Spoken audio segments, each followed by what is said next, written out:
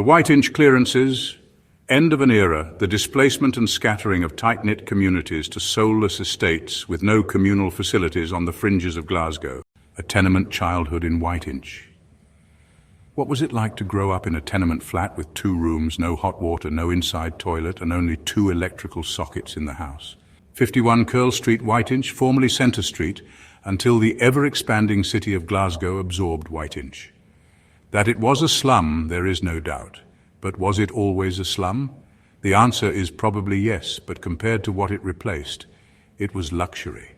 I don't know when the tenement was completed, but I would guess the last quarter of the 19th century as part of the growing need for workers' homes near the Clyde shipyards.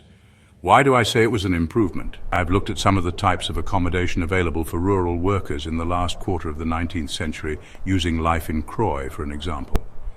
In a comparison, Croy, 11 miles north of Glasgow at 79 meters above sea level, sits on Croy Hill, an Antonine wall site. In area and around Croy, Auchenstary and Nether Croy here were mines and quarries. At Auchenstary there were miners or quarry workers' cottages. Here I use the term cottages as artistic license, for these rows, often of back-to-back, were one-room places to live, each lit by oil lamps or candles, with a fire for heat and cooking. Water was drawn from a manual hand pump or standpipe at the end of the row. There was one privy, shared by the whole row, its location either at the opposite end or of the row or the other near the water supply. These were the sort of homes many fled to Glasgow to escape, seeking prosperity in the Clydeside new industries. By 1930, the local council built modern housing, 1 to 3 bedroom cottage flats with gardens, on the side of Croy Hill for miners, quarry workers and their families.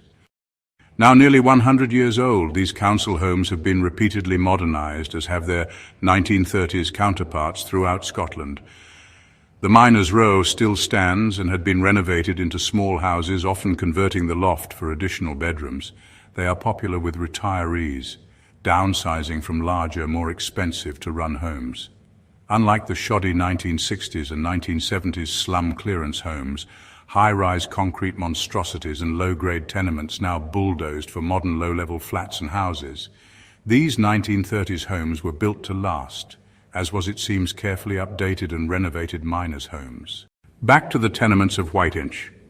Returning to the Glasgow Whiteinch tenements, built at the end of the 19th century, they must have been luxury for families flooding into the industrial heart of Glasgow for steady work.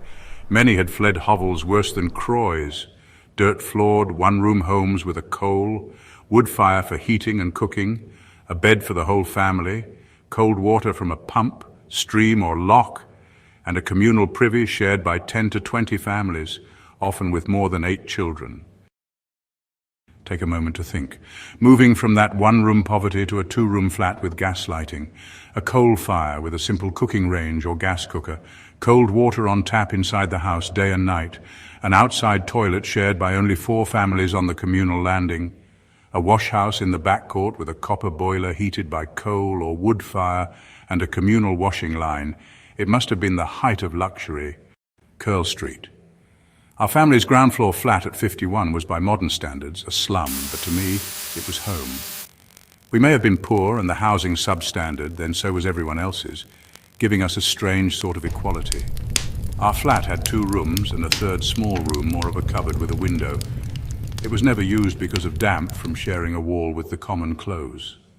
Like the neighbouring flats, there was no hot water until my mother installed a gas geyser above the sink, no inside toilet, and only 2 electrical sockets, one 3-pin with round inlets for 15-amp plugs, the other 2-pin for 5-amp appliances. Lighting was minimal, a single bayonet bulb in the center of each ceiling.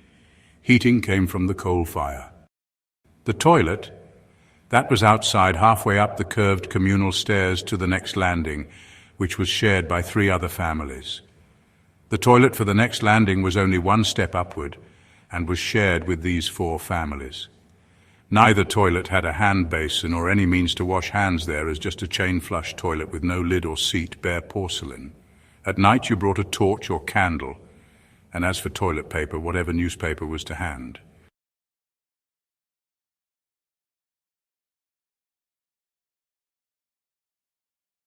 The only toilet paper we ever saw was in schools or public buildings, and that stuff had more in common with tracing paper, shiny, stiff, and folded into squares with razor-sharp edges, nothing like the soft tissue rolls we have now. Looking back, it was crude maybe, but it worked. That was the harsh truth. Something else occurred to the adult cynic in me which still makes me smile. How many faces of the rich, the famous, or the self-important ended up serving a far more useful purpose than they ever managed in life? One final thought, I've just realized that old line. Today's newspaper is tomorrow's chip paper. Might have been a sanitized version, changed just one word, and it becomes something far closer to the truth of how the working class lived. The Leary who turned on the gaslights in the evening, extinguished them in the morning and replaced damaged or worn mantles. In 51, it was light enough to see in the close when the daylight filtered through the frosted glass roof over the stairs and landings. In these older tenements, all common closes and landings were lit by gas light fittings with mantles. These were delicate, fine mesh domes fitted over the gas jets. They glowed white-hot within seconds of being lit. This gave off a steady, brilliant white light. Far brighter than candles or oil lamps, they prevented the flame from burning back up the pipe, much like a modern welding torch restrictor does with acetylene.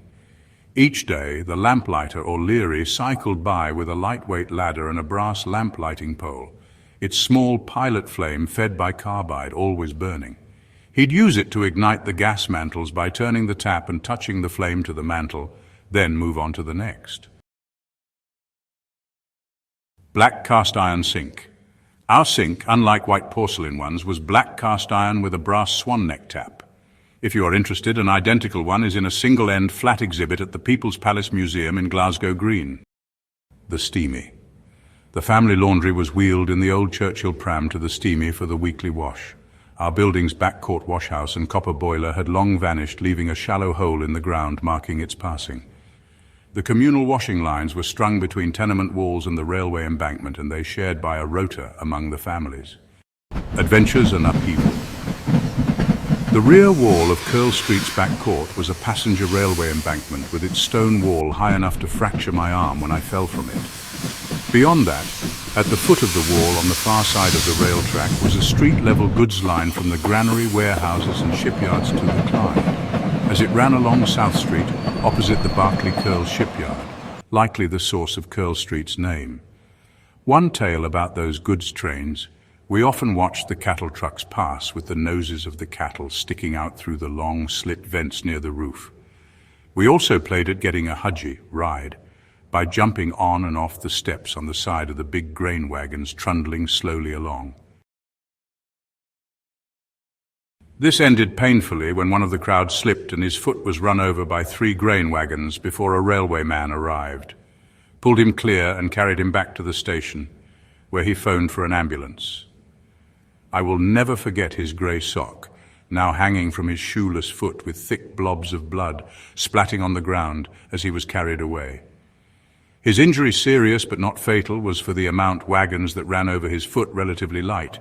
He lost 2 toes and had crushed foot, but being young, his foot mended quickly and he was as agile as the rest of us within months. Whiteinch swimming baths lay to the north between Dumbarton Road and Victoria Park.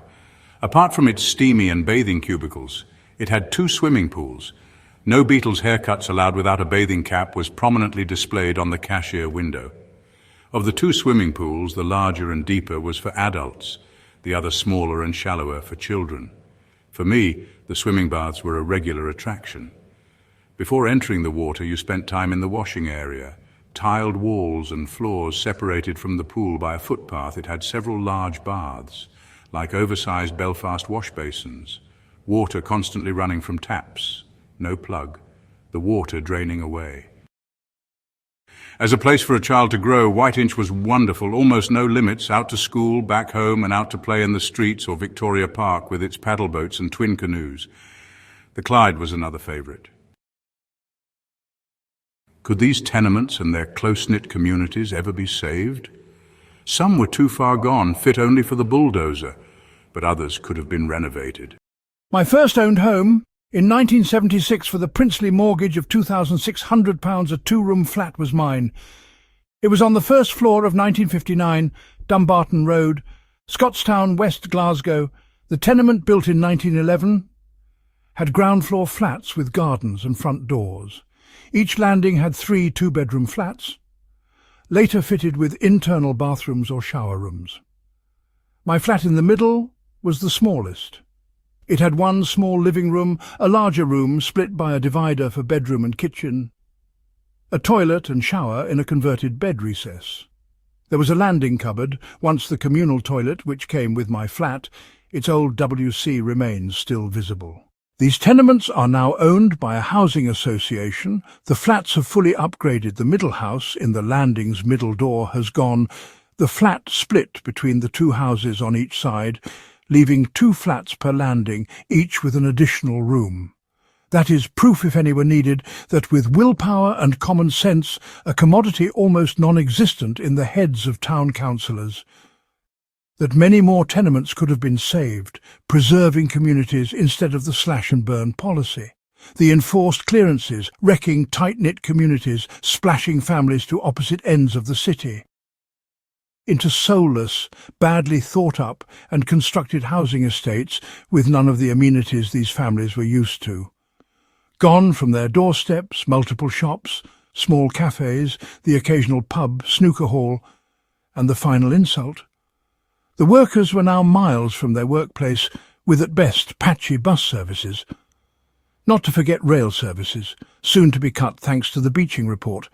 Recommendation for the closure of around 2,363 stations and over 5,000 miles of track. Roughly a third of the UK's rail network, so much upheaval and an additional burden to already stretched family budgets.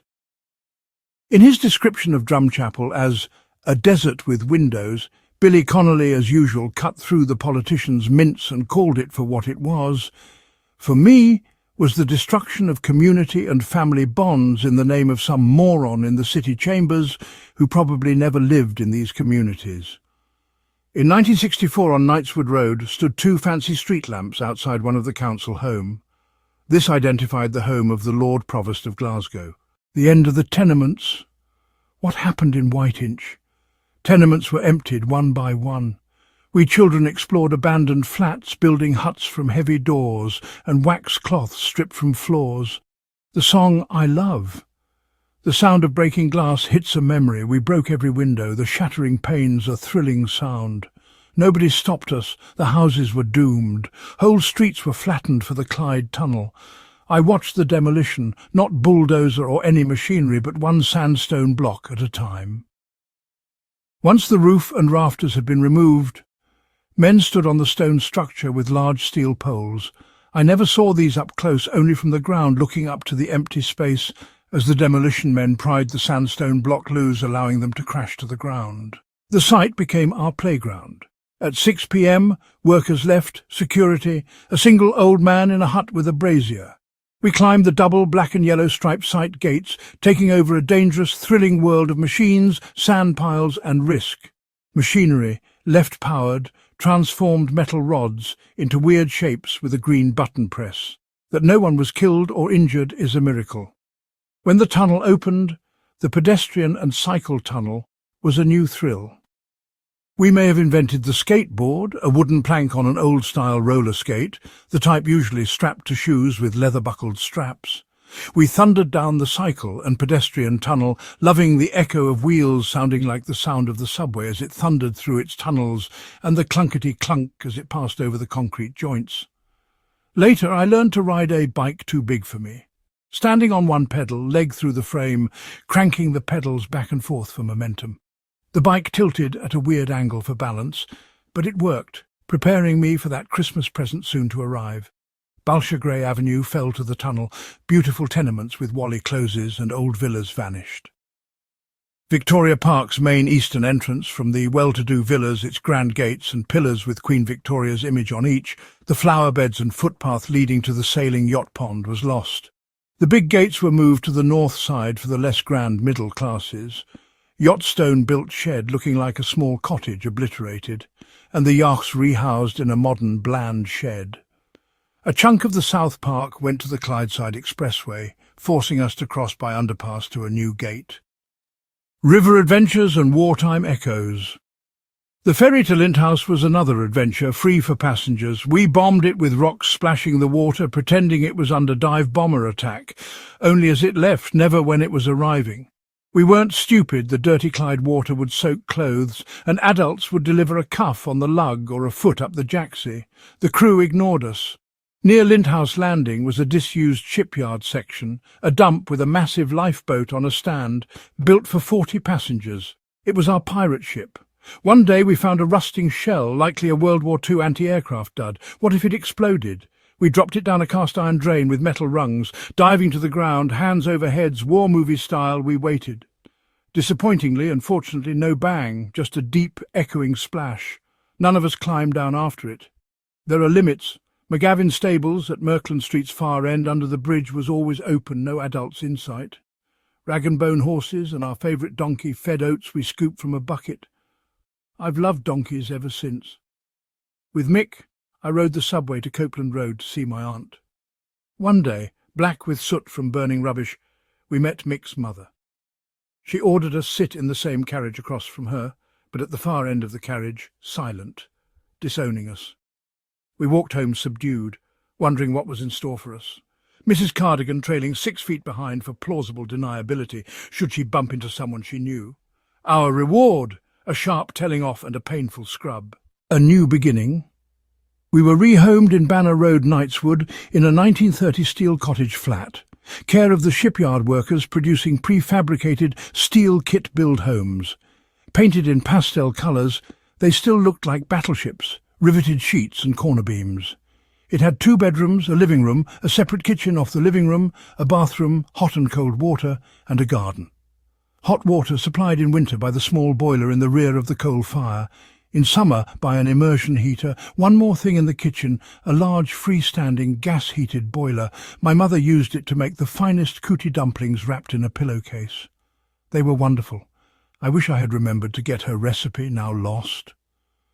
Within a few months of this wonderful inside toilet, running water and space to grow, I knew I'd never want to live in a home again, without hot water and an indoor toilet.